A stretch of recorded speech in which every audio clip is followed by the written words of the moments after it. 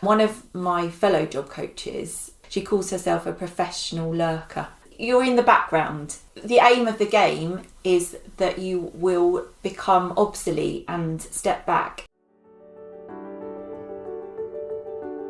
G'day, I'm Debra Caldow. Welcome to the Red Giraffe Solutions Expanding Worlds podcast, where we aim to support you as you help your young person with additional needs plan for their future, a future where they're safe, secure, and live a rewarding and fulfilling life. From around the world, I share stories and I share solutions from people making this possible right now. I'm a parent of a young person with additional needs, so I understand the challenges.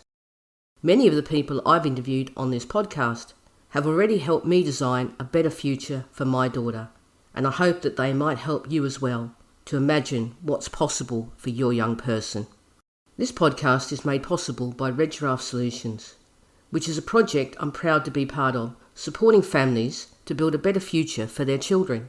We now have available at Red Giraffe Solutions an online course called Independent Cooking Made Easy. This is a new and unique approach we developed when we realised traditional cooking techniques and recipes were never going to enable our daughter to cook without some support or supervision. It's a safe, simple system that uses no more than 5 ingredients, has no weighing, cutting or chopping, and no lifting of heavy dishes. Each of the 16 recipes in the course includes a step-by-step video of our daughter making the meal, plus a visual recipe card. We developed this for our daughter to solve her challenges with cooking, and every recipe in the course she can and does genuinely cook for herself. You can find a link to the course in this episode's show notes.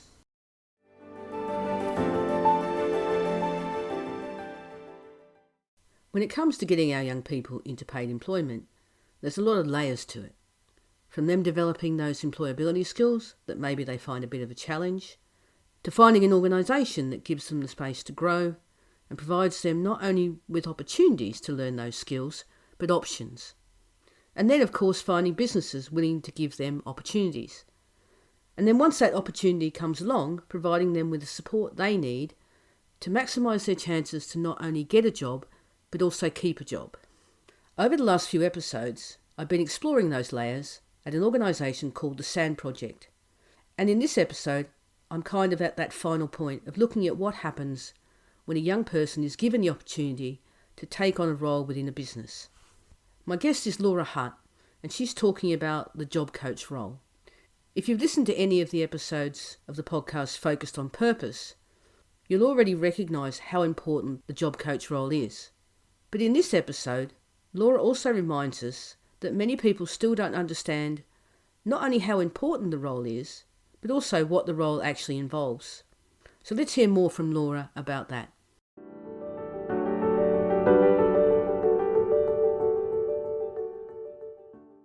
Thank you so much for talking to me today. Can we talk a little bit about you and then also about your role here? I became a job coach September 23 and I loved it immediately. It's a job that I've never heard of before. I never knew anything about job coaching, but to go with our young people into a workplace and give them an experience of the working world and able to support them through that process with the ups and downs, there's plenty of ups and downs. It was absolutely fascinating, rewarding, interesting, and I think it's a really important role that a lot of people don't necessarily understand what a job coach does. I don't think my family still understand what a job coach, what I was doing. I even had a conversation with my father-in-law at the weekend and he still didn't really understand it. I did some job coaching in Waitrose. They've been fantastic with us, offering extended, 3 days a week work experience. And they have a full experience of Waitrose.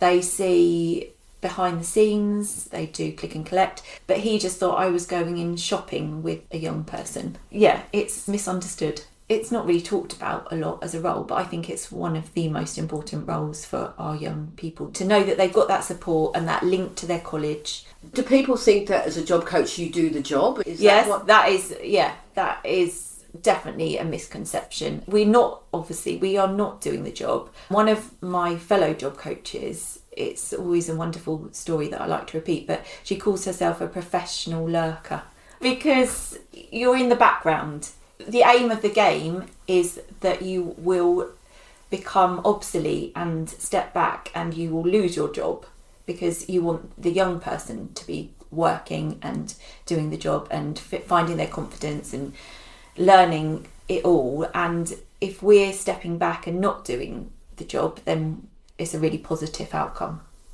How much does the job coach need to learn the job before they support the young person? That's massively important. There's so many varied work experiences that we have ongoing with local businesses, big, small, medium, and especially with a supported internship. It's really important that the job coach goes in advance to learn the job so that they can then support them, to give them the support that they need so that we're supporting both sides.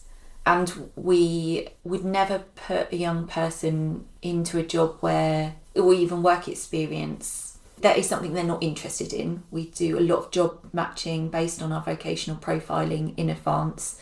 So we're really careful where we put somebody. But if it hasn't gone well, that's not always a negative. It's just we know that they don't want to do that. So there's a lot of work that goes on behind the scenes with getting to know the trainee, what they're interested in, what our businesses can offer.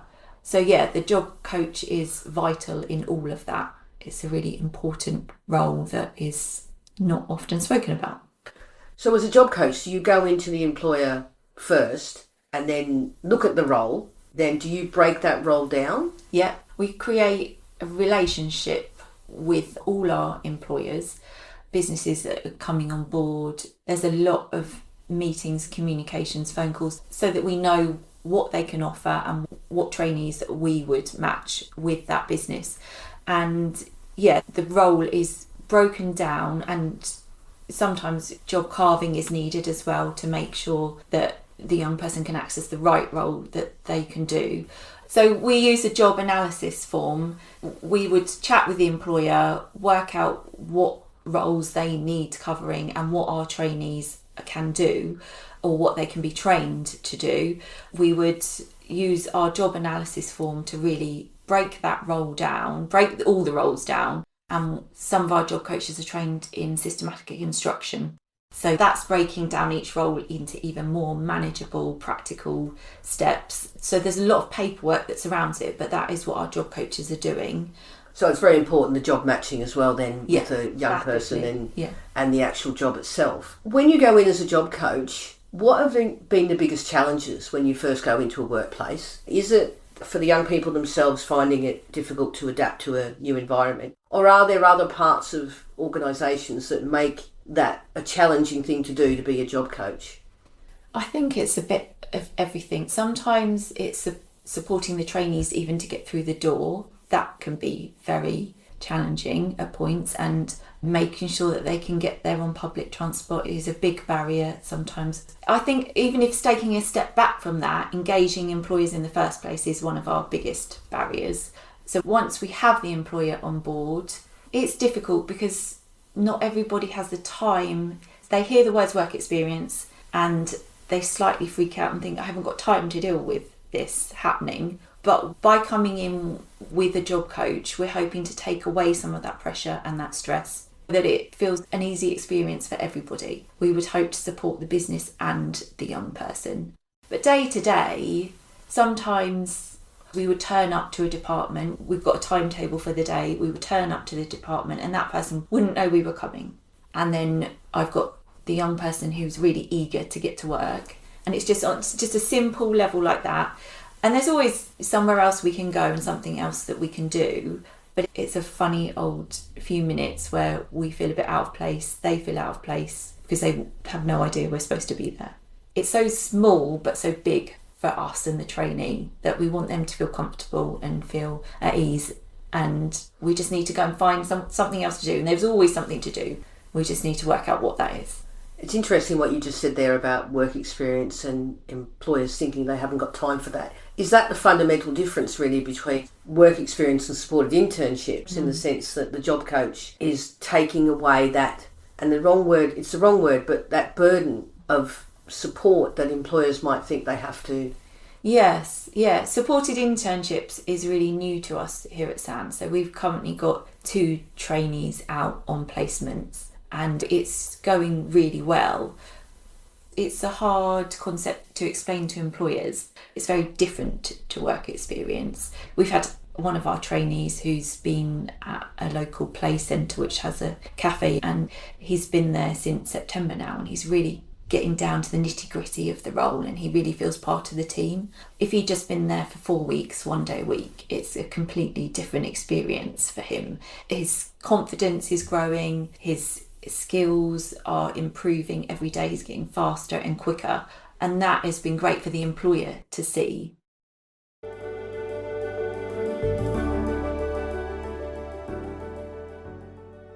So this brings to an end the series of episodes focused on the SAN project. If you haven't listened to any of the other episodes, then have a listen, because the SAN project is a fantastic example of an organisation and an approach I think that not only works, but is also possible to replicate. For me, they seem to have got all those different layers working together in a way that is helping more young people with additional needs get into paid employment. And that's something we know has an amazing impact on our young people and on the workplaces that they go into. Let's be honest, it's just good for everyone.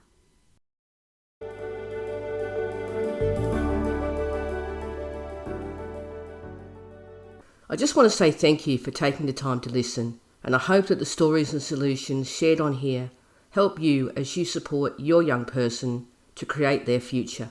If you know anyone who would find the ideas useful, please share the podcast with them.